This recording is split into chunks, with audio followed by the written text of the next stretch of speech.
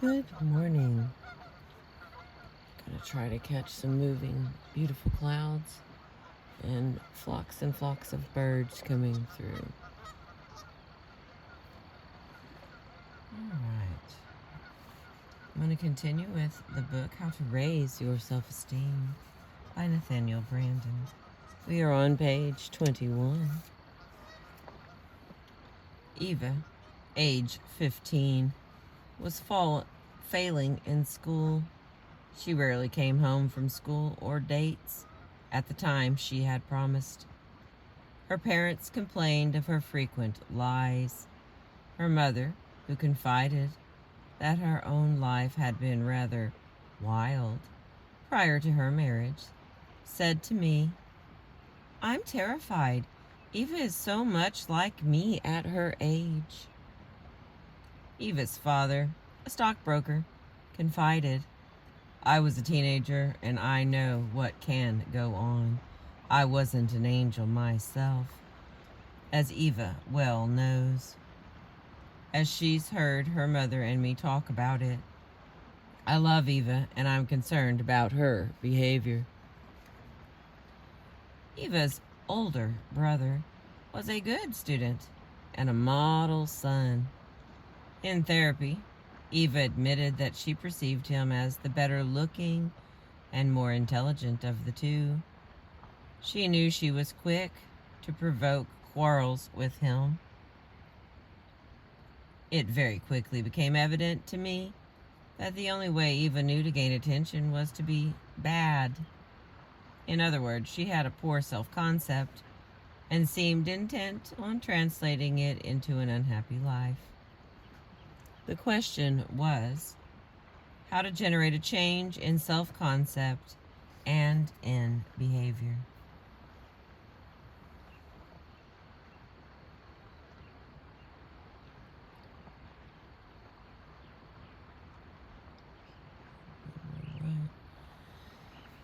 Okay.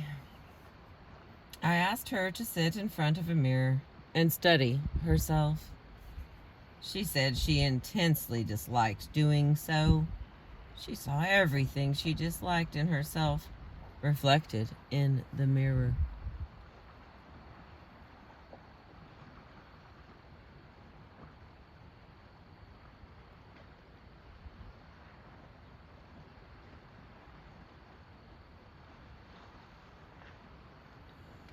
Okay.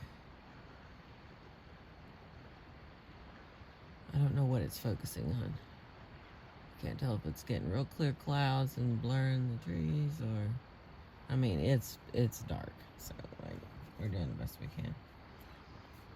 I suggested that if she could go a whole week without telling anyone a single lie, she would be surprised at the change she would notice in the mirror at our next session. Although the change would probably be subtle, and she would have to have very keen eyes to observe it. She thought this was silly, but agreed to do the assignment. I separately asked her parents to accept anything she said that week and not to challenge her truthfulness. At our next session, she sat in front of the mirror and said, "I look worse." She then confessed that she had told her mother 3 lies. She was astonished that she had not been called on them. We agreed to try the assignment again the following week. This time she arrived early and announced in the waiting room before we entered my office, "I haven't told a lie all week." She rushed to look at herself. She said softly, then turned to me and asked, "Do you see anything?" "I see a girl who has chosen to be honest for a week." But she persisted. "Do I look different?" I suggested she turn back to the mirror and decide for herself. "I do look happier," she announced. "Well, that's a difference, isn't it?" Then I suggested that we find out what would happen if she came home each day precisely at the time she had told her parents she would. Our next session revolved partly about her parents. My parents had the most terrible fight. This did not surprise me. About you? I asked. No, about their relationship.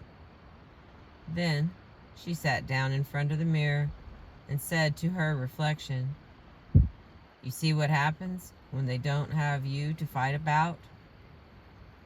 I was pleased by her insight, and I remained silent. "I think I'm getting prettier," she declared.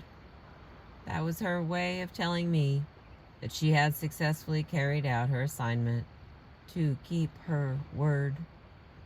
In a subsequent session, we did some sentence completion work. Here were her responses to the stem.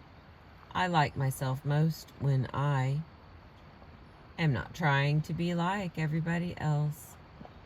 I like myself most when I do what I say I will do. I like myself most when I don't goof off in class. I like myself most when I do my homework. I like myself most when I tell the truth. I like myself most when I have fun with my dad. I like myself most when I use my brains instead of pretending I'm stupid.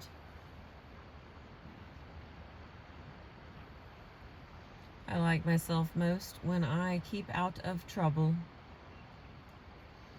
And the next one. I like myself least when I play dumb. I like myself least when I act helpless. I like myself least when I when I throw a tantrum to get attention. I like myself least when I overeat. I like myself least when I act impulsively. I like myself least when I don't put out my opinions with people. I like myself least when I lie. I like myself least when I break promises. During this period, I conducted several parallel sessions with Eva's parents, alerting them to the fact that as she changed and improved, they might experience more difficulties in their marriage, since Eva would no longer provide a distraction.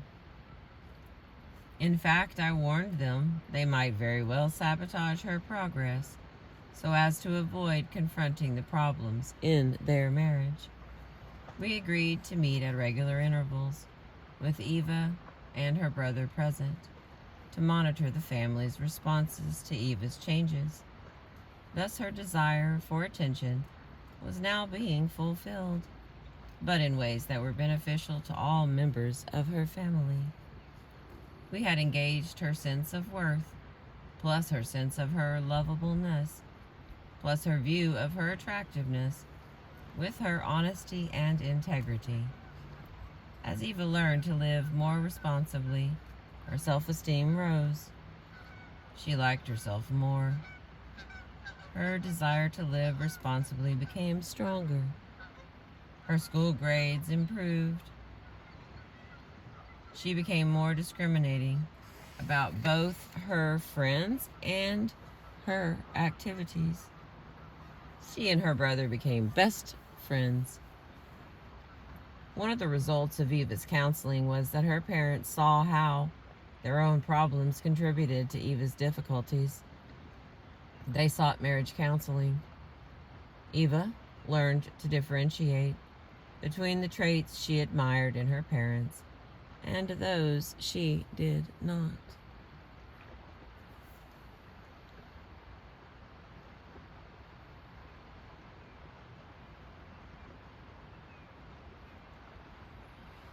Okay. She became more discriminating about which traits she emulated, And she rejected those traits that she sensed her parents themselves felt guilty about. Her parents breathed a sigh of relief as this became apparent. They lost some of the guilt they were experiencing as parents and learned to support her efforts to grow into a strong, dependable adult. In assisting Eva to strengthen her self-esteem, the most important step was the first.